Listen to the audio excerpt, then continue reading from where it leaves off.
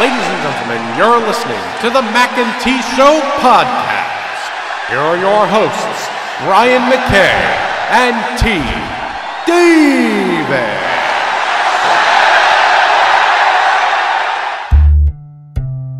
This is the Mackay T Show. This is the Mackay T Show. We talk movies and TV shows, sports and world news, coasting like on a world cruise. Hosted by Brian Mackay and T Davis. Yeah, you can't tame us. We're going to the top, we're becoming famous. What time is it? It's time for the Mackay T Show. What time is it? I said it's time for the Mackay T Show.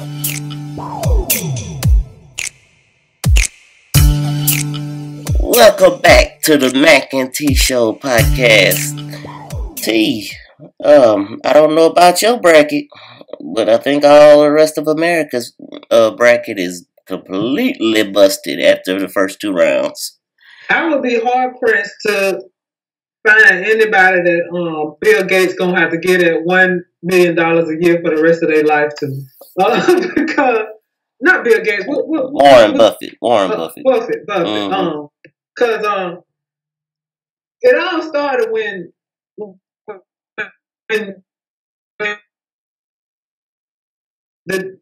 Virginia let the whole state of Virginia down. That's when it happened. Everybody bracket went just straight out the window with that loss. Yeah. It was another upset, wasn't it? Well, Chicago, I think. The first quote unquote upset was Loyola Chicago against Miami on the first day. But if you know anything, and if you did your research, let me not be a jerk and say if you know anything. But if you did your research, you know that Loyola Chicago was a team coming into the tournament people thought could make some noise. They have 5 players who score 15 points or better, and they hold teams to 58 points a game. And they've beaten teams like Florida. They've beaten, they've beaten a couple of decent, teams coming in. So when they came up against Miami, I picked them to beat Miami. Now, it was touch and go, and it was a heck of a game. And the little lefty, I can't think of his name right now, but when he fired that three-pointer off at the end when they were down 1, I said, this is it, boy. Ball game right here. This is March Madness. Black 'em. And I was celebrating. The rest of my family thought I was nuts for picking Loyola Chicago, but I made them look foolish because then they last night, they beat up on Tennessee.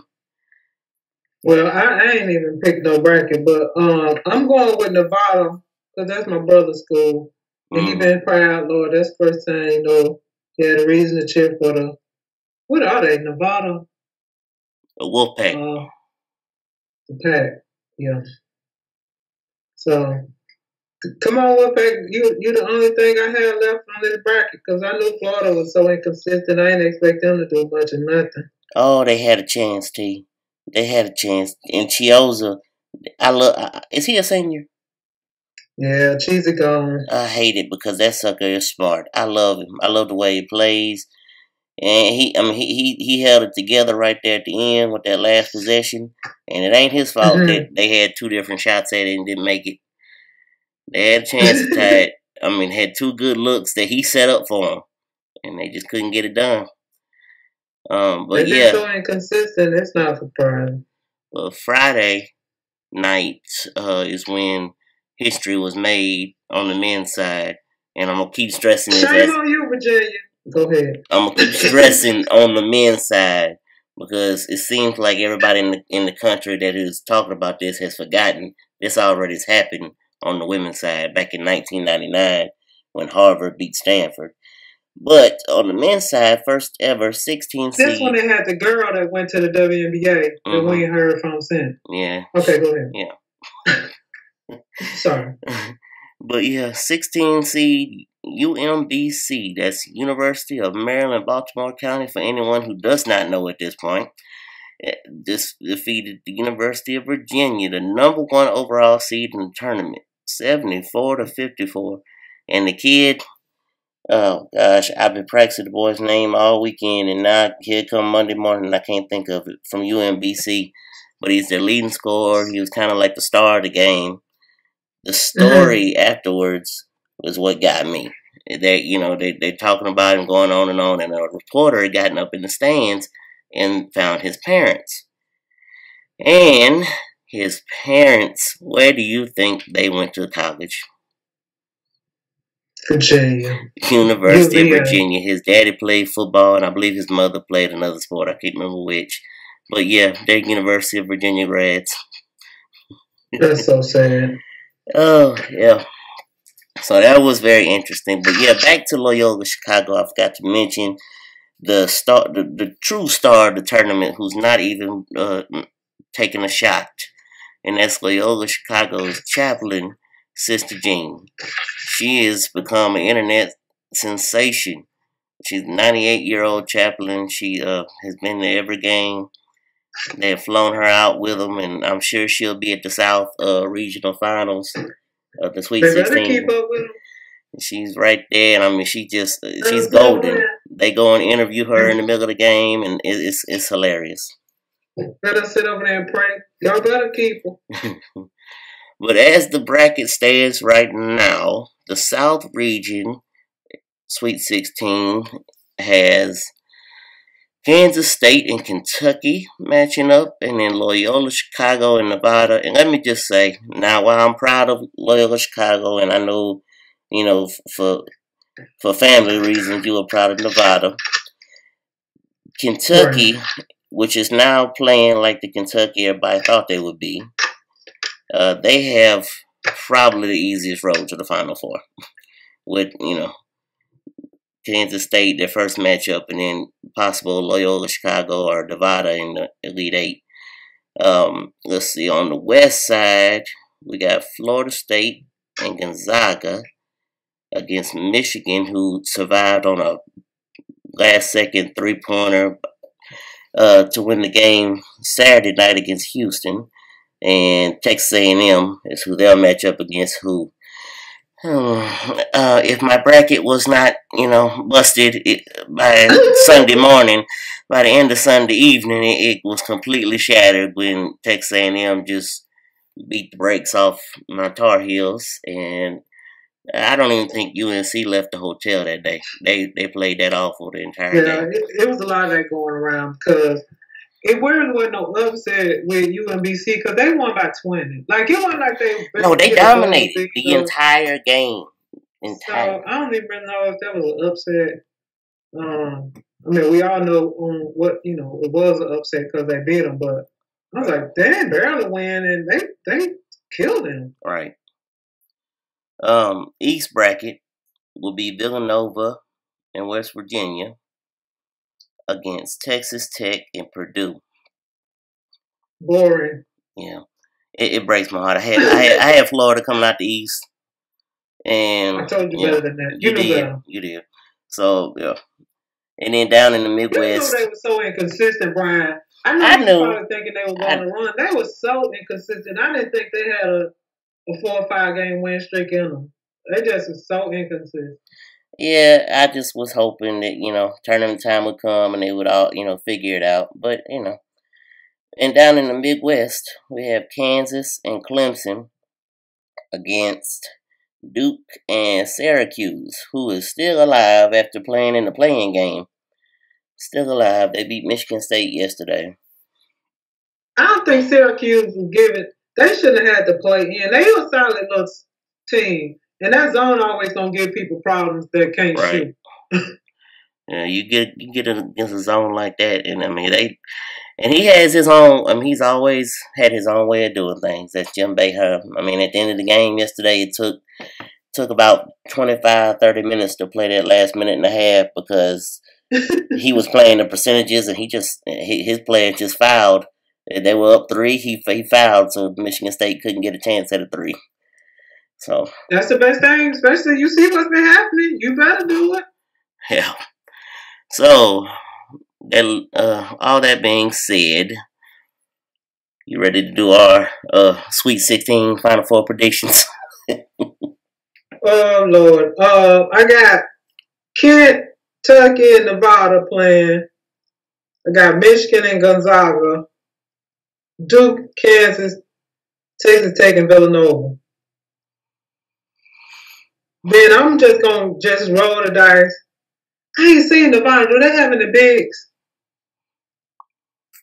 My brother told me they got athletic guards, but then no, they got a bunch of athletes though. I'm putting Nevada. I'm going to Nevada, Michigan, Villanova, and Duke. Okay, I'm gonna roll with Sister Jean in Loyola, Chicago, in the South. I'm gonna roll with them. I'm gonna roll with Mark Few and Gonzaga coming out the West. Let's see, East. I'm gonna take Purdue. Boilermakers. They've surprised me. I knew they were good coming in, you know, just based on what they did in the Big Ten. But yeah. I was bored watching them the other day with Butler. I was just like, I don't want them to win. Well, it's an ugly game, but and clearly Virginia. A lot of people thought they were gonna go and do something, but and they also play ugly. But yeah, I'm gonna take Purdue out the East, and then Midwest. Oh, I can't pick Duke. I'm sorry, I can't do it. I'm just being intelligent. I don't like them, but I'm being intelligent. I know. I'm gonna roll with Kansas and Malik Newman. I think they okay. He's playing well right now for them, and you know they got a few players on there. If they all play well like they've been doing, they have a good shot. So I'm gonna go with Kansas. And no doubt, Duke ain't that good. I'm just going with them because of their coach. I know. I'm gonna go Kansas and Purdue and Loyola Chicago against Gonzaga. And that is okay. That's how I look at the men's side.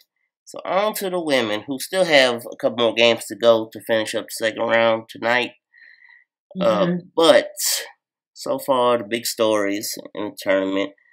Obviously, everybody's just enthralled with UConn scoring 140 points to set the NCAA tournament record. That?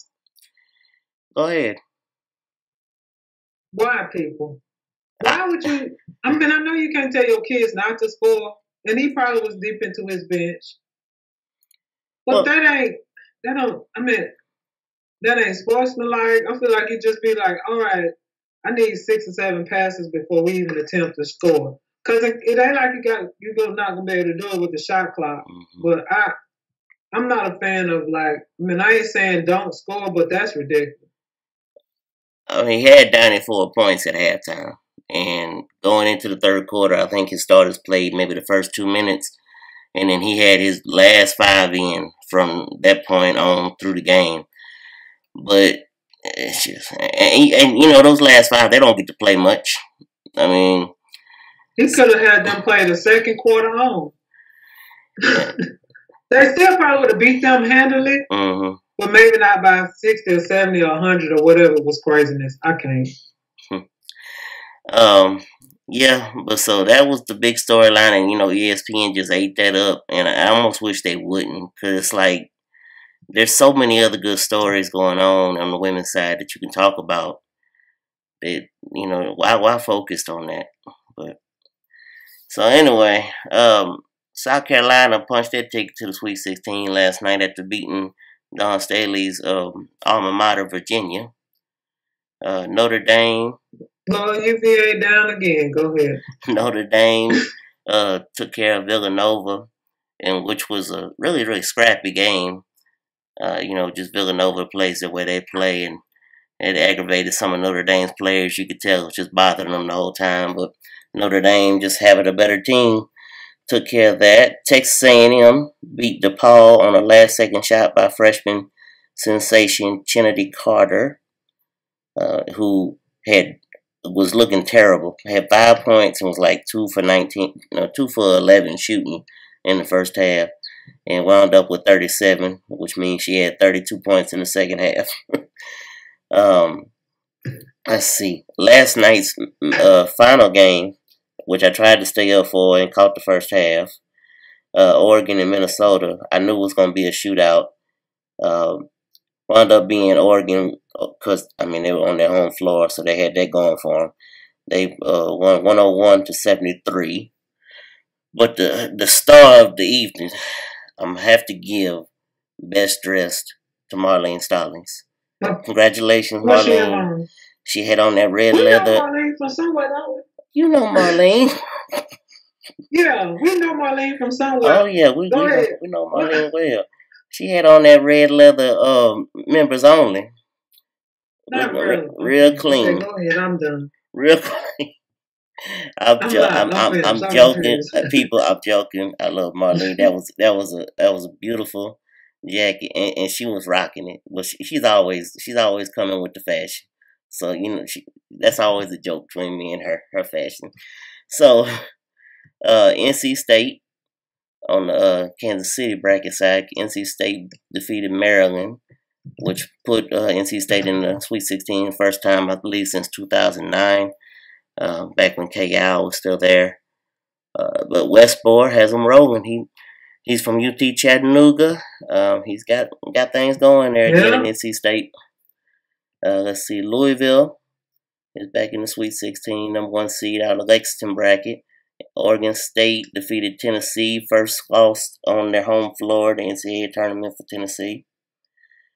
And Baylor defeated Michigan. It's time for Tennessee to go a new direction. Go ahead. Well, if the internet has anything to do with it, they will probably after this year. Cole Holly, if you have a chance today, pull up her post-game press conference. They'll let her have it. To me, I didn't see a whole lot. She didn't just attack media or something. I mean, she just, she was emotional. She was upset. They had just lost. She obviously is under a lot of pressure. I mean, she didn't attack viciously anyone. I think she was just saying how she felt. She feels like they have a lot of undue pressure on them, and those players take a lot of flack from people that they ought not take. And she voiced that.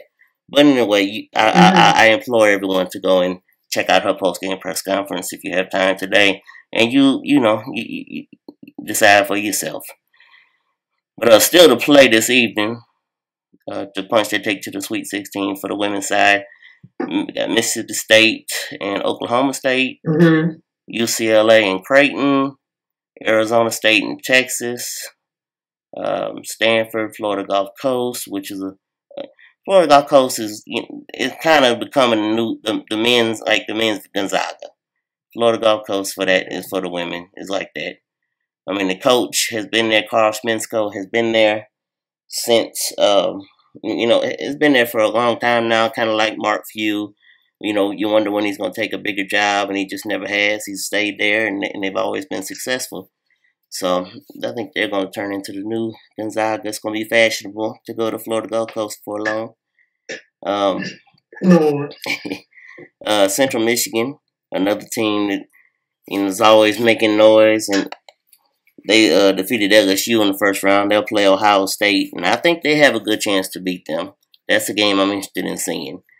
Ohio State has a lot of firepower, but Central Michigan, Coach G, I can't say her last name, saved my life, but she has them rolling. Florida State and Buffalo, and Georgia and Duke, which will be another good game. And then Connecticut will play Quinnipiac, who defeated Miami in the first round. So, yeah, a lot of interesting matchups still to go on the women's side. As for me, in the Albany region, I'm not going to pick against UConn, even though they have to go up against South Carolina, potentially, in the Elite Eight. Still going to go with UConn there. Spokane region, I had Notre Dame penciled in, but after watching Oregon, the first 2 rounds, the number 2 seed Oregon Ducks, they have a guard, Sabrina Ionescu, and this girl is bad. She hit a step-back three-pointer last night to end the first half that was, Steph Curry-esque. It was beautiful. And she just, for whatever reason, Kelly Graves, who used to coach Gonzaga, is now the coach at Oregon. He finds a point guard who can play. Like, he had Vandersloot at Gonzaga, and he has Ionescu at Oregon. But, yeah, I'm thinking I'm going to go with Oregon there. So I got Connecticut, Oregon. On the Kansas City side, even though I believe Texas will give them some problems, I think State I think Mississippi State can take that. Honestly, I think NC State is going to give them some issues in the next round if that's where everybody goes. Obviously, Lexington region. Oh goodness, Louisville and Baylor. That's going to be. I mean, Oregon State's going to be a tough matchup for Baylor, but I think Kaylani Brown, PJ Brown's daughter, will be enough for them to get by there. So I'm gonna say I'm gonna ride with Louisville. I think their guard play is gonna outdo Baylor's guards, and so I'm gonna go with Louisville, Mississippi State, and Connecticut and Oregon. It's my final four for the women. I don't know. I just look, Mississippi State and UConn for the championship. Look, I'm just giving them rest. That's all right. I'm just giving them rest. All right, people. This is my official apology. I know I had made a proclamation on last week's show that I would get something done. Here we go, people. That I did not get done. Life gets in the way, and things happen, and just the tournament started, and I didn't make it to the theater. Don't put it on the tournament. Don't, because so it could have it was an option. It was an option for a bunch of people in the world, except for you. It was. And yeah, their ticket sales have not suffered just because I didn't make it out. So yeah, but don't even try it. But if she wants to, I will allow T to give her review of it today. I'm not reviewing it till you watch it. So you're not gonna do it till I watch it. That's fine. Okay. Well, do you have anything you would like to talk about this on this fine Monday morning? What do you think about all these injuries the Warriors have? Me personally, I think if the NBA investigated, I don't think these people are hurt. I think this is their way of getting around. Oh gosh, what is happening? Listen, I think this is Steve Kerr's maniacal way of getting around not being fined for sitting players. So resting players? Yes. I can't. That's my opinion. Oh my. So you got the doctors to lie and say, oh boy, I had broke ribs or whatever. Correct. We know Steph got the bum ankle. Well, yeah. I don't know about what's his name, finger or whatever broke. Well, this is what I say about Kevin Durant's broke ribs. I'm surprised it hadn't happened before. Because, I mean, you can see his ribs from his stomach, skinny as he is. So, I'm surprised. I'm surprised it has started happening previously. So, there you go on that. What else I was going to say? Oh, speaking of the NBA, I did get a chance to go and watch the Houston Rockets play against New Orleans Pelicans Saturday evening. I got some tickets last minute, so I got up in a little suite and got to enjoy the game. So I saw James Harden, and oh God, I thought it was bad on TV. It's even worse in person when he does all that dribble. Oh, and yeah. So yeah, that's annoying. But yeah, and the referees, Alvin Gentry.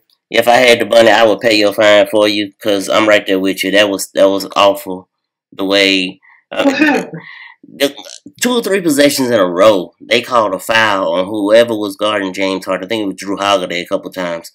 They called a foul, and literally he would fling his body, flop and do whatever, and they would show it on the replay. This is referees. This is how as much as you screwed up that night, I'm gonna take care of you, and I'm gonna fight for you, and I'm gonna want the NBA to stop showing them replays in stadiums because so you make it look bad. Oh my gosh, T! And it was a big old screen in that Smoothie King Center in New Orleans, and you could see perfectly nobody even touched James Harden, and he was a complete flail job flop. And that place unloaded, and they booed religiously every time James Harden touched the ball the whole rest of the game. And yeah, Alvin Gentry went nuts. I knew, and I said today, and I told him, I said, you watch, they're going to find Alvin Gentry because he's going to say something in the post-game press conference. And late yesterday, it came down that he was fined $15,000. Yep. So that's my story on that. I think Houston is very good. I think they do have a chance to dethrone the Warriors if and when they were able to get and play each other in a game, 7-game series. But we'll see. Yeah, they can't go with nobody. They ain't gonna do nothing. As long as Stephon ankle don't fall for it. Oh my gosh! Did you see the last ankle mix up he had? It was so awful. The video. It didn't look like much happened. He kind of hobbled between the side of the goal and something, and his ankle rolled by itself. Okay, I guess stop doing your exercise. I was talking about this. A new one?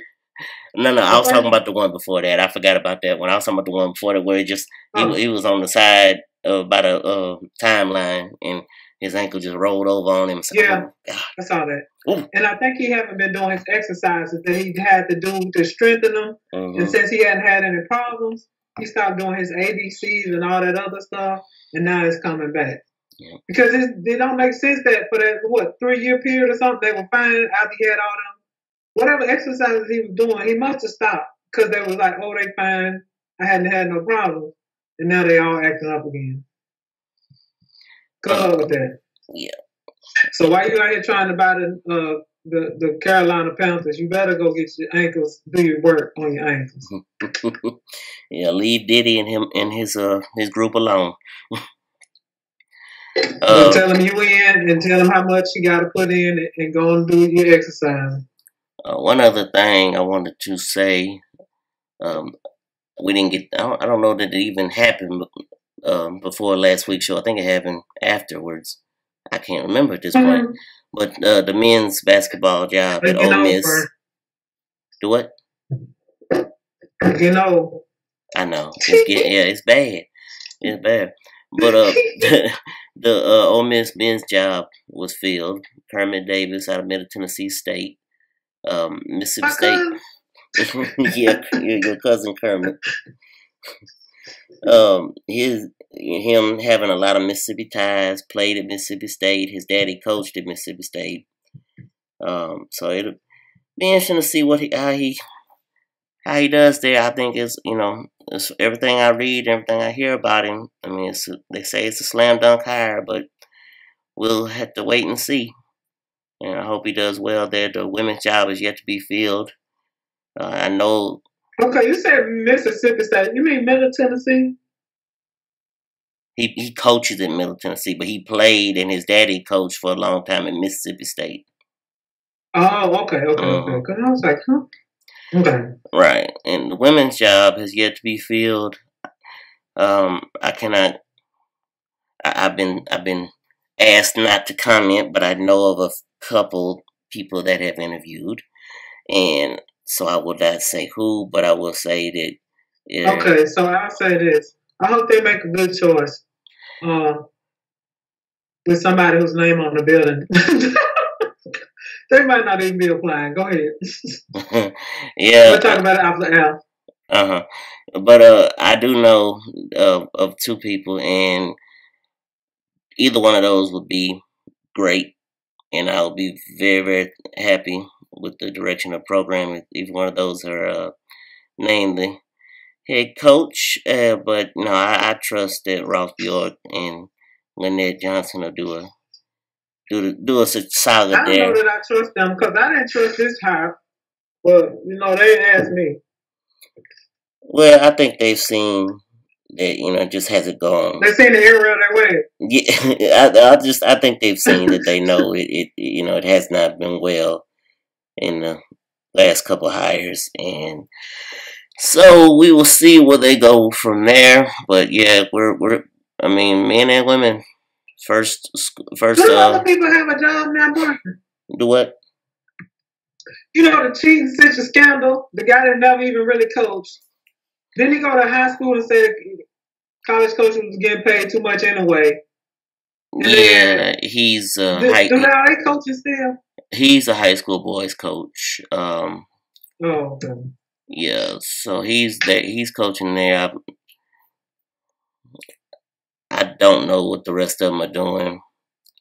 What about the interim coach guy that had to I don't believe kind of beat up? He's not. I don't believe he's even coaching at all anymore. I know at one point he was trying to be an actor at one point. This is too much. When did that? Okay, that happened while he was, still, riding out his contract. So okay, I do know that. Yeah. All right. So. Well, March Madness is happening. It is. We gotta enjoy it because it'll be over before we know it. We got them 8 games left. Then it'll be 4. Then it'll be no more games. Yeah. Well, then it'll be 2, and then it'll be no. But I mean, I will say this. I'm glad, for every game not involving UConn on the women's side has been very competitive, and that's not been the case in previous years. Usually, there's a bunch of blowouts in the first round. So the fact that that's the parity is getting closer and closer, that's a good sign for the women's game. Men's side is being, been as competitive as always. Games going down to the last minute, exactly what you want to see.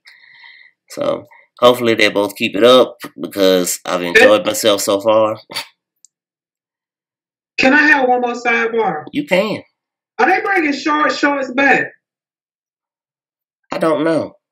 Have you noticed that the shorts again? They're not as long and all down to their knees and too big. Yeah. Like you actually been fitting this year. Listen, you can thank LeBron James for that foolishness because they all rolling them up and doing all that now, and to make them that way. Not the girls. Let's talk about the girls. These the guys. They if you next time you watch the men game, watch the shorts not as big and not as long for the most part. But the girls, that's got to stop, Brian. That rolling them down at the waist and then tucking them in your tights at the bottom. I'm like, if the NCAA got a problem with your shirt being out, this should not be cute. This ain't cute. Y'all need to stop it. Yeah, I mean, the guys. Please, somebody. The guys are rolling them up at the waist as well now. I've seen that on the high school level. Lord, geez. Yeah. I hope that stops. And that's completely LeBron there because he started doing it in the NBA, so now everybody wants to do it. Yeah. So. Interesting. I must die. You have anything else? This kid's shorts right here. Either he forgot his shorts, but he got some shorts on. The kid that hit the 3 from the Michigan game. Oh, I need you to Google this as well. It's interesting for everyone listening. If you have not stopped listening by now, the kid from Michigan that hits the game winner against Houston. He actually did almost the exact same thing in the exact same spot in high school. There's video of it. They play them side by side. I can't remember where I saw it. I believe it was on Twitter. Did he take off running like he did in that one? They didn't show all that, but they showed him with his legs spread out and everything. So there's video of that out there. So that's his shot. That's him. Yeah. So, yeah, that's all I got. Brian, take it to them. Please. Okay. Well, here we go. As always, I'm one of your co-hosts, Brian Mackay, and I am with T. Ignorant is winning, but I'm still fighting.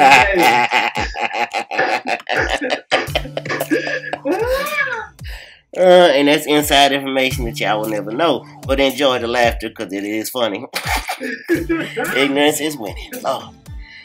All right, and this has been the Mac and T Show podcast. Thank you for listening. This is the Mac and T Show. This is the Mac and T Show. We talk movies and TV shows, sports and world news, coasting like on a world cruise. Hosted by Brian Mackay and T Davis. Yeah. You can't tame us. We're going to the top, we're becoming famous. What time is it? It's time for the Mac and T Show. What time is it? I said it's time for the Mac and T Show.